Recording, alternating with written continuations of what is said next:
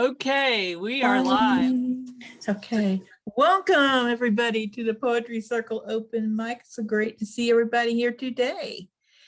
And what I think we'll do is we'll do 3 poems apiece, and just, do a block of 3, and go around the circle and share. And I'm gonna have Cheryl go first because I think she said something about having to go be with her mom. So I will go ahead and let you jump in whenever you're ready, Cheryl.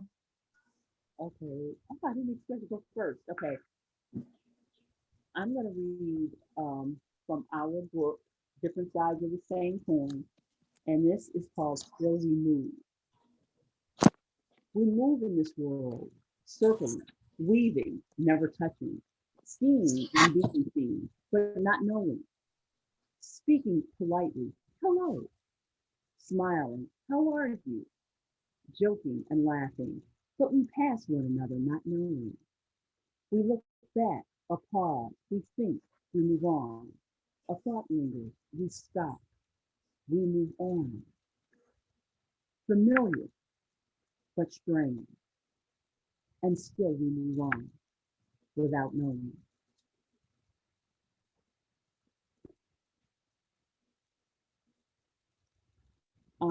The second one I'm going to read is,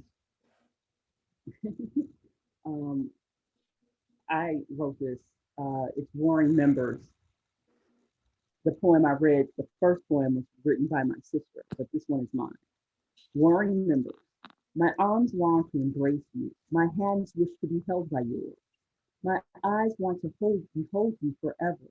Today, tomorrow, for always, my love. My lips long to kiss you.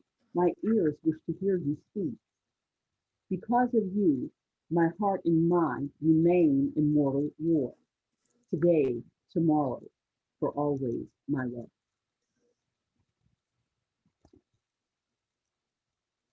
And I will close it up with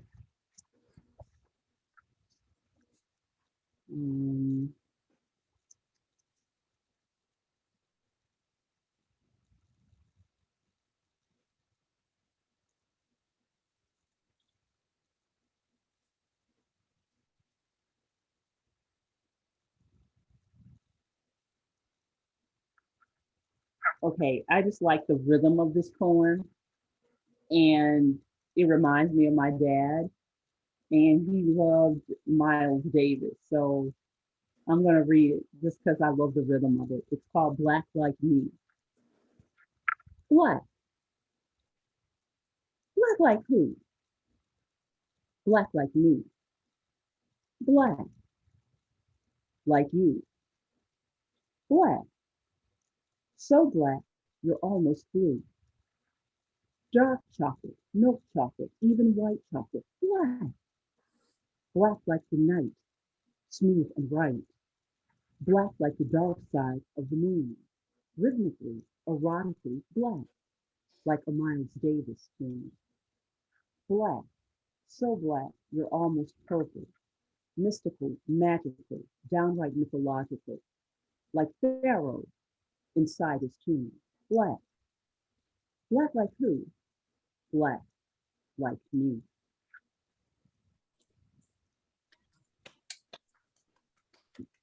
Love that one. Thank you, Cheryl. It's beautiful. Thank you. Do you have any announcements to make, Cheryl, while you're on?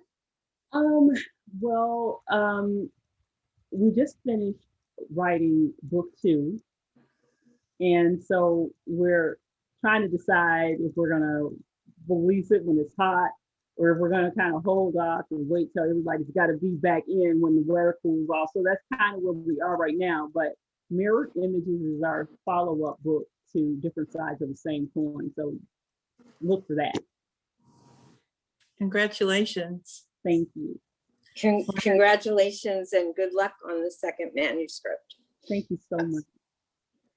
Cheryl's book, Mirrored Images, is going to be the book that we do for December for our book club. Great. Okay. Yeah, so happy to have you here in the garden, Cheryl. Love your voice. Thank you for for inviting me. Thank you so much. Jill, you're next. You caught me by surprise. Okay. I also do have a poem about my dad that I wrote, but I'm going to leave it to the last. The first is a prayer. This was an opportunity to write a poem for a publication that was entirely related to women over 50. The editors, the contributing poets, the publisher. So this poem has not been seen by anyone and not yet accepted either. So I'm sharing it. Oh,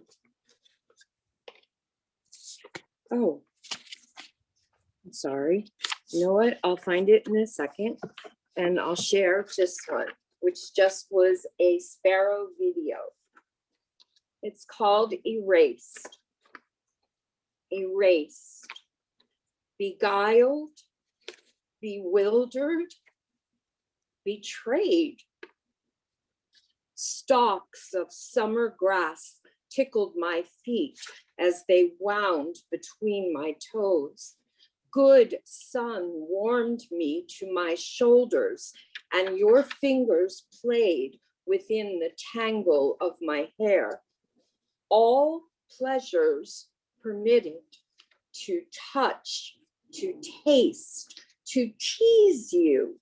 Joy found a path from your heart to your fingertips, beautifully quieting a flurry of hovering doubts. Suddenly, instantly, no, forever. All that spoke of familiar, ordinary, is now forbidden. I still need to touch, to taste, to tease you, tearing myself apart, seeking the decency within you, where once I tell myself, yes, it did exist. Chill, bone deep, longing to be warmed by our memories, to slip inside their boundaries, cushioned within the pocket of their heat, and embrace the dull finish of every familiar, ordinary yesterday memory.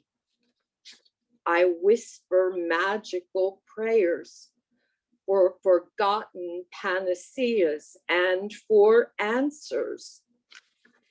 I whisper my prayers and wait and wait and wait.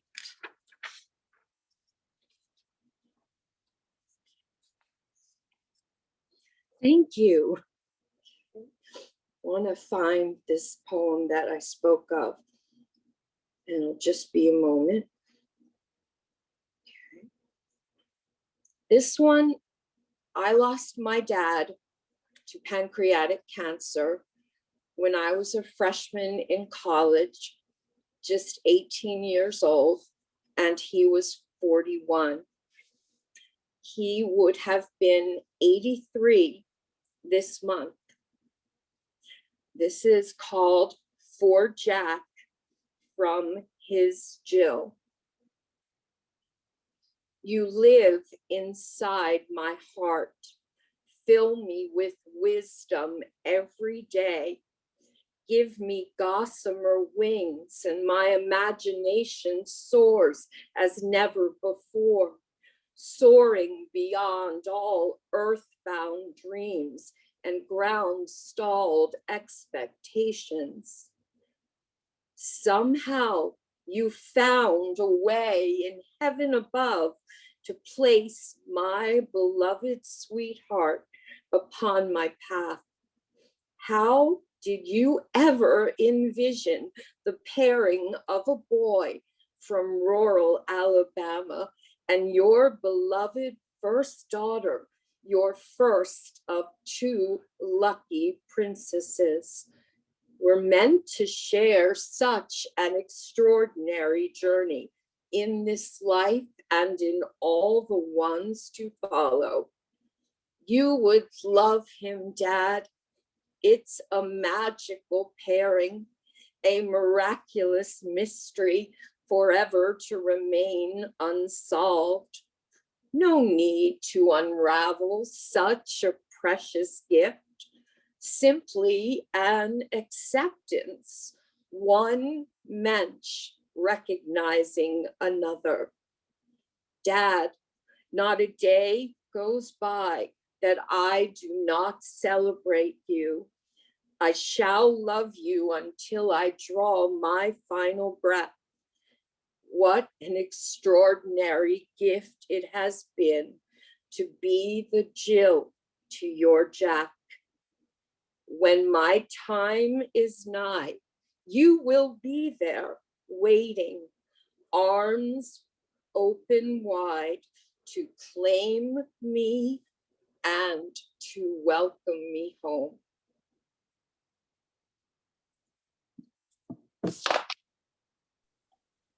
That's really nice.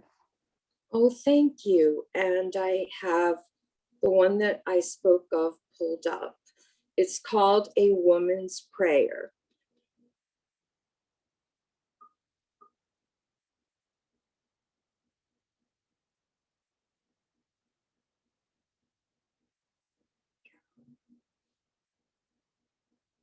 A woman's prayer. God, please do not let me live so long that everything I love is taken from me piece by piece. Take me with you before I ever stand staring into the abyss of my own child's grave. When exhausted by the deaths of all my friends, I tire of going to their funerals and simply stop. Until technology becomes a labyrinth, I am lost within, and the vitality slowly leaves my ancient body. Let my eyes still see rainbows and sly grins on the angelic face of our precious grandson. Allow me the blessing of one more magnificent sunrise and sunset before you take the last of my waning vision. Grant me time to witness the end of an era where random hate crimes and mass shootings have become our new normal. Please fill me with strength as I hold my husband's hand when the last word he softly speaks is my name, and then no more. Lord, please deliver a peace that will drift over me, calm me, hush the whispers of all my unspoken fears, and allow me to close my eyes in trust that the morning will bring a brilliant, beautiful, peace-filled day. Thank you. Thank you, Jill. And do you have any announcements to make? Thanks, Lisa. I do have a book coming out called You Are the Poem. It is a coffee table book, so it has a beautiful cover. About 3/4 of the cover is just gorgeous summer hydrangeas from a photograph that I took last summer. And it will be in 3 collections. And it will also include photography from my husband and also from me, both black and white and color. The collections are going to be timeless love, because everybody experiences it at every age and every stage, and sisterhood and friendship and passions, which allows me to really play and look at my work and decide, does this qualify as a passion? For someone, it definitely will. So the collections, they may be renamed slightly as I'm putting in some nostalgic poems. There might be a looking back, but there definitely won't be more than 4 collections, and there won't be more than 75 poems, more than likely 60. And the photographs I'm quite proud of. Some will be opposite within the collections, opposite specific poems. Others will divide the collections. And everybody's favorite poem, Dancing in the Kitchen, with that glorious wedding portrait of my own grandparents from 1939, will be in there. And I have a team of volunteers who want to write the foreword and the back cover blurb and reviews. And thank you, Lisa, you're one of them. And look for it, and me talking about it in early October or maybe late September. So thanks. And it's called You Are the Poem. Looking forward to it. Thanks. Thank you. Let's see, Nancy. I knew you were going to call me next. I'm not quite ready. Robin, why don't you go first and then I'll go after Robin.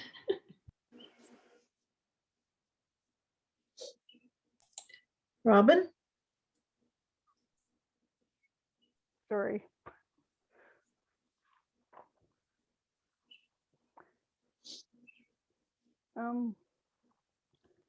This is from my book. I wrote it like 5, 6 years ago, called Hitting My Head Against the Wall. I was quite frustrated at the time. Hitting my head against the wall. How far down does she have to fall? It makes me crazy to see her so lazy, so sad, she's so selfish. Others' pain she seems to relish. No more tears left to cry. Far away I want to fly. So often I prayed for wings, for a lighter heart, for my soul to soar. I had such high hopes. Now I feel like such a dope. So much promise and potential. What ails her is kept confidential. Why? Why can't she see what I see? Why is life so scary? Can I help her soul to nourish? Will I ever see her flourish? Is it too late? Has she sealed her fate? That's one.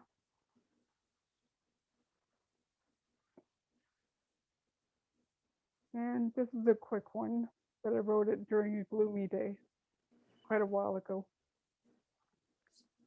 called So Gray Are My Days.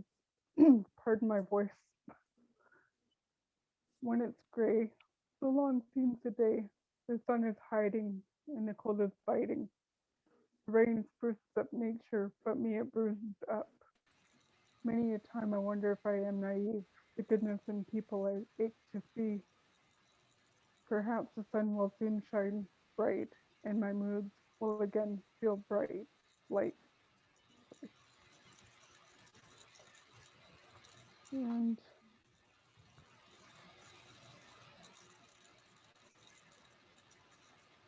this was one I wrote kind of in my head at the time when I was looking out the car window while driving, not me driving. Tortured and restless souls, fight or flight. I watch her feathered friends with eyes of fondness and envy, wishing I could grow wings and soar high above. My perch would be in the tree top, or perhaps I'd check out the farmer's crop. So ironic, I find my name when I feel like I am caged, my heart and soul full of contempt and rage. Such a restless soul am I cannot lie. I want to flee from the ties that bind. From my burning resentment, I seek to be free. I often wondered what brought me here. The pain of much loss is seared deep within my heart. Perhaps my soul belongs to another. On my worst of days, I wonder, why should I even bother? But the lost fire from deep down rises up once again. I dust myself off from the ashes and plunge ahead. I'll keep kicking till the day I am dead. Was that 2 or 3? That was just one. I Thank think it you. was 4. No, I I think don't it might think have it was been 3. It was Yeah. 3. It was hard to hear, but what I heard was just heart-wrenching and powerful. Thank you. Thanks for sharing your poetry, Robin. Thank you, Lisa. Robin just has a new book out. You want to tell us about your Congratulations. book? Yeah, that's from the book, Words to Light My Way Home. My journey to save shores and brighter tomorrows. And it's available on Amazon and Kindle. Yeah, I've already read it. It's a good book. Thank you. I really like it a lot. Okay, Nancy, are you going to jump in? Yeah, I have Right. one that is not mine. It is by a friend of mine, Michelle Vinay. She's an author and poet, a yogi, and just one of the lights in my life. And it's from her book called Cracked Heart, My Cracked Heart, and it is available on Amazon. And I've known Michelle for about 10 years, and I've always read her fiction work. So when she handed me her poetry book, I was really blown away by the whole different person she is in poetry.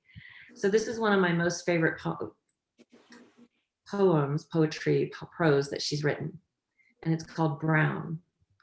My color is found throughout the lithosphere, from boulders to the size of a barn to grains of dust that cling to the soles of my boots.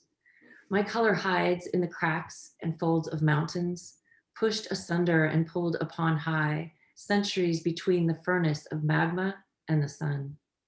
My color sounds like the heartbeat of Mother Earth.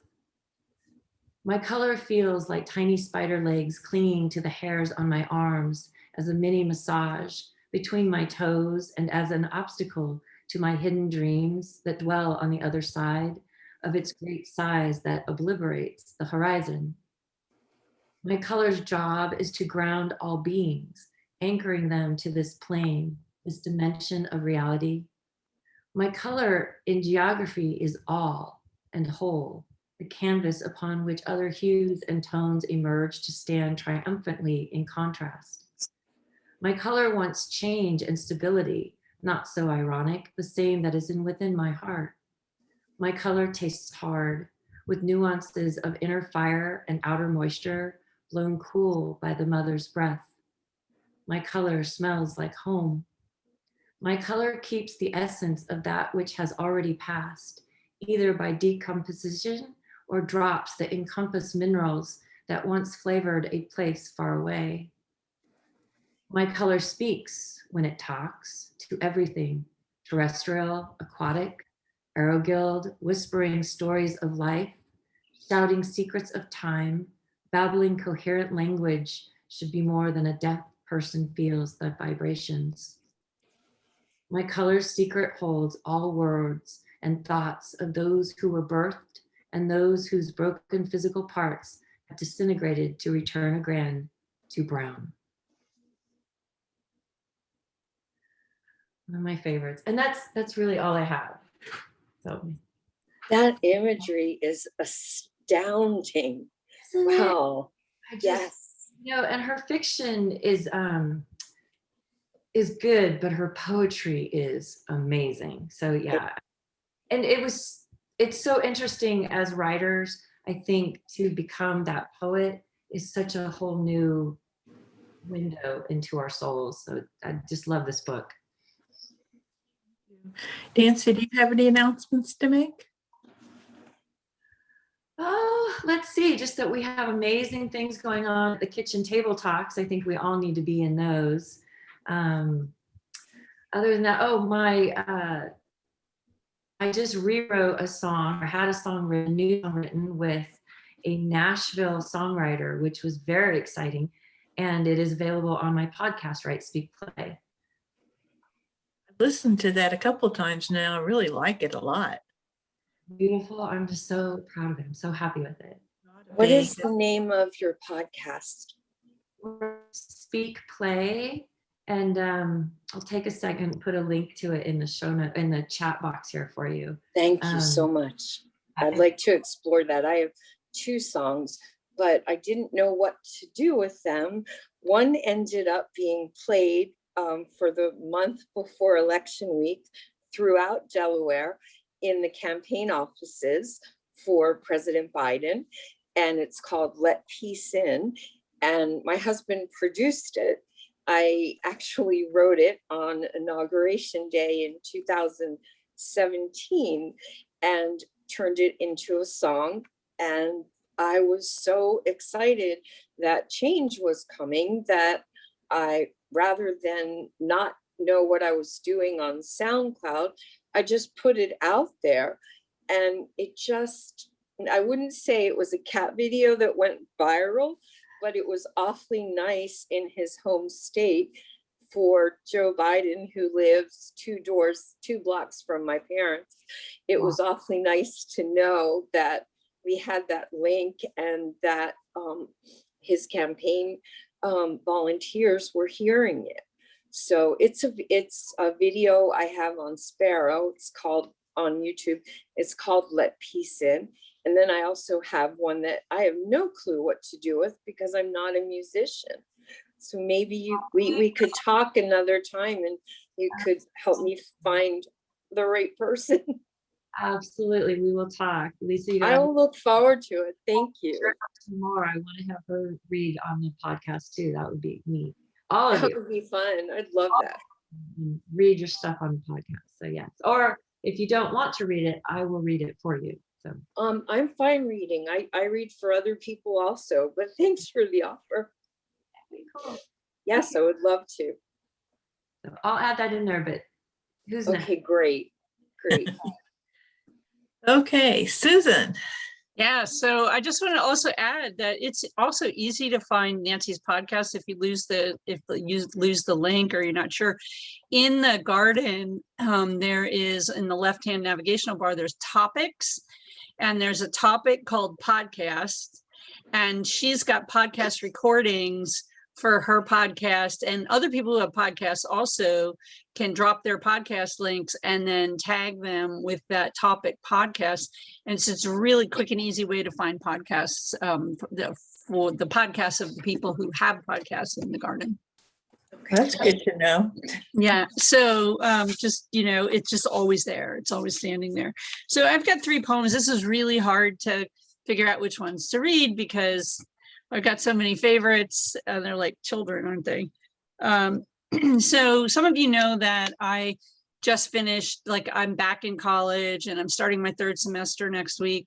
I just finished my 2nd semester and, like the 63-year-old grandmother going back to school, and statistics kicked my butt. I hated it. I complained about it the whole semester and I just had to spend so much time on it. It was not my favorite thing. But I managed to get an A and I managed to not blow my 4.0 great GPA. So pretty happy about it. But towards the end of the semester, I wrote this poem about the whole statistics experience. I don't have a title for it yet. I am telling myself I cannot look at another number. I cannot decipher letters that stand in bold attention in lines of fascist dictatorships that insist a P and an N and an X must commingle with ones and twos and threes. Just names, but when they really are just names for fingers and toes and letters that fill my mouth with the sounds of urine and no, not that, and things that bodies do together. And I am telling myself a story about how that evil Mrs. Corrigan pulled little boys violently out of single file walking lines inside the cold brick walls of that building where children were guarded as prisoners and grown-ups were the prison guards. And then she'd hit their rumps and throw them across the room if they couldn't spew on demand the numbers 6 times 7 and 8 times 9. And they were boys. And I was a girl. And what if I did not know 9 times 6? Where would I be tossed? And all the terrorized shivered in our cells, minute by minute, until a bell rang, and we were free.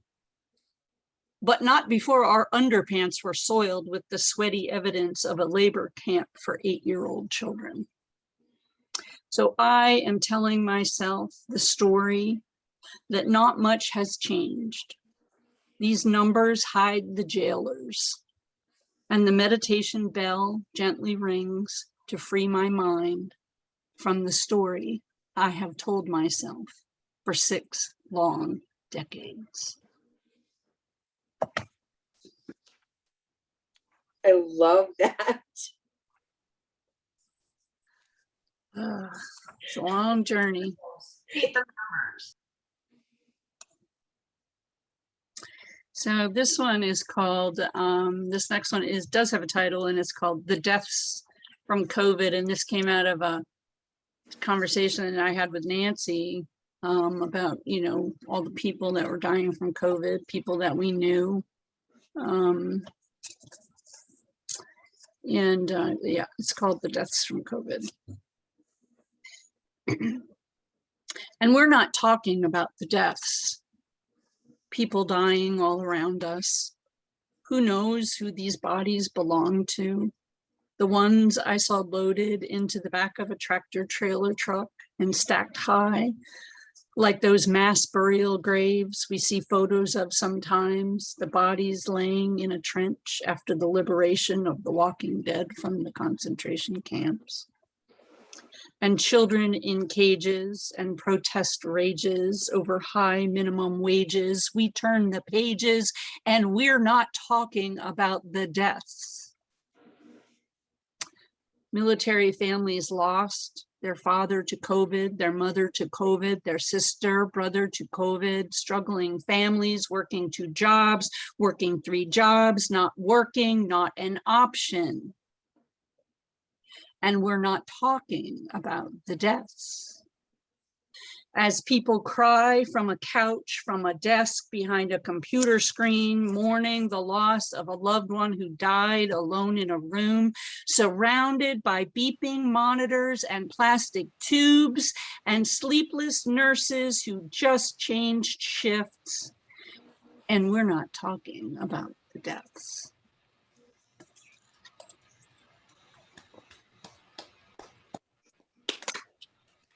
Wow. Ooh. Wow. I think that's one of the very best poems I've ever had the privilege of hearing, and it was performed amazingly. Oh, thank you. You're most welcome. My flesh has goosebumps, and I will always remember this moment. Thank you. Yeah, I love poetry. This one, so those are two pretty dark poems. So I'm gonna read one that's a little bit more uplifting. And it's still, you know, like my poems tend to be, if I'm not writing haiku, they tend to be, which are all inspired by nature. But when I'm doing this free form kind of poetry, I'm really very much in, you know, in the very raw part of my soul and my heart. So some of you also may know I'm a breast cancer survivor. In 1995, they diagnosed me with a stage 3 borderline stage 4 cancer. They said you have 6 months to a year to live. That was in 1995. I looked at them and said, you don't get to tell me that. That's not for you to say. And so this, and then this poem actually is called Body Parts. I shouldn't be so surprised. I've lost body parts before. Back when I was a wee girl, when everything was magical, and parents and teachers and grandparents all romanticized about tooth fairies. Faces lit up when they saw my naked gums where just before a baby tooth lived. It was a rite of passage losing those teeth, an accomplishment, rewarded with coins and candy. So why now does losing a breast not get rewarded? Why do we not light up when someone says, I lost my breast today? And then there's a breast fairy who brings you a new Mazda Miata convertible as a reward. It would make the whole ordeal so much easier and fun, something to look forward to. I just don't want anyone to ask me if I want to keep it, the boob. So now, here I am in the dentist's chair. She pulls 2 teeth, and I feel only mourning for the lost body parts as time passes, and I watch my body parts leave me. And the dentist asks me with a smile in her voice, would you like to save them for the tooth fairy? And I graciously reply, oh, no, thank you. On my way out of the office, I bend over and look at those bloody teeth and say, wow, are they ever ugly? And walk out the door.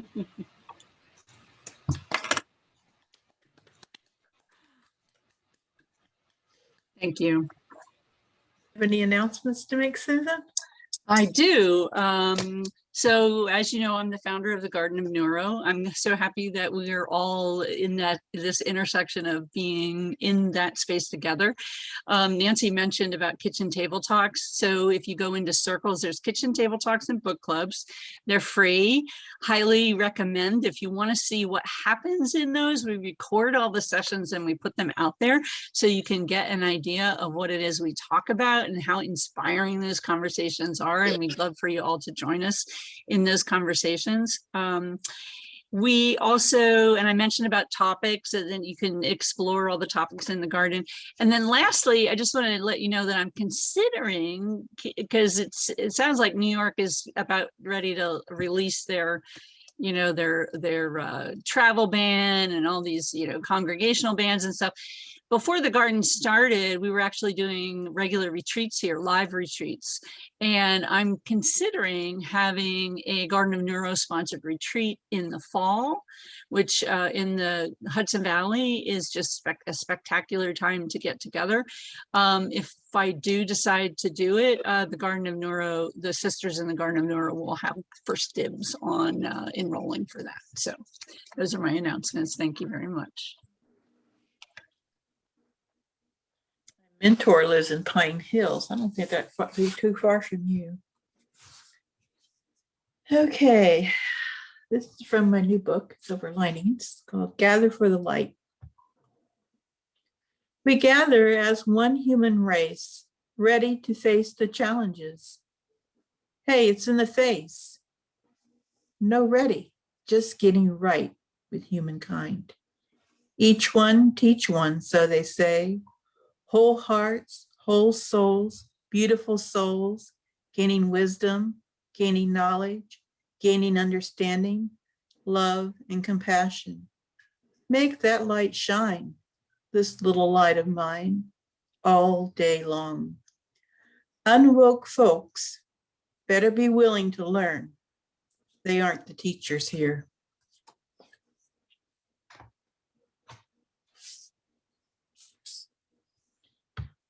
The next one is from, thank you, The Sound of Brilliance. This is anthology by Susie Box.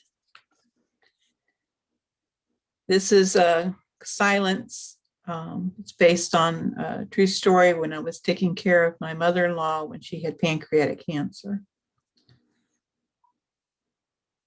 The morphine drip is shielded, hidden from plain sight, tucked away in her nest, snuggled under fresh covers. No pain, no worries, just solemn slumber. Taking a cue from her, I push my recliner close to her bed. I press my body close to her side. Taking her hand, I close my eyes and enjoy peaceful slumber. This is a supreme closeness we need. Hers to know she's not alone. Assurance as she grasps my hand snugly, as much as I grasp hers. And rest we must. Her for relief of pain, me for energy restoration, and we sleep. That's beautiful, Lisa. Thank you. The next one is from Heartbeats. Called This Is Not a Poem. This is not a poem. From the moment I lay in the warmth of her womb, protected from the world, I felt her love. The song she sang and the way she walked, carrying me within, I knew I was loved. This is not a poem, but an anthem of sorts. When I entered the world, the air touched my face and I cried. She was the first to hear. This is not a poem. It's a record, one could say. Mom used to tell the story of my birthday, every birthday, of how she counted my fingers and toes, and I was her beautiful child. This is not a poem. It is the closeness of my mother's heart and the iambic pentameter of her heartbeat.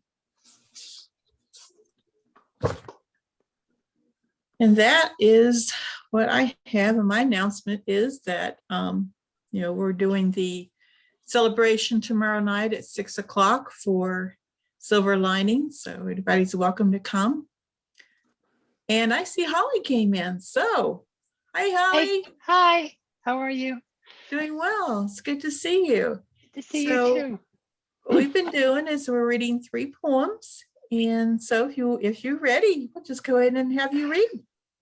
Or did you come prepared? The only one I could probably lay my hands on is the one you already read. So no. Okay. Do you have any announcements to make? No, just that I need to get more serious about poetry and fiction. Stop letting other things distract me. We'll be doing this again. I'm thinking about doing an evening one on a weeknight. So maybe around the 6 o'clock time or something like that. So, and then maybe try to do one Saturday a month, see how that works. All right. Yeah. Well, thank you all so much for coming out. Have a Thank you. wonderful rest of your Saturday. Thank Thank you. you, everyone. Congratulations, Lisa. You did a great job hosting, and it was a really Thank you. good turnout for the first poetry open mic in the garden that you hosted. It was wonderful. Thank you. I'm pleased with the turnout. This is a nice number. I'm sorry I came so late. I was fixing lunch. A lot of times these things come at meal times here. And I was already running late because I was in another writers group meeting this morning. Well, next time. Yeah, Hope to see you at the next one, Holly. Hope to see everybody again. sounds Thank good. you. Thank you, Bye. everyone.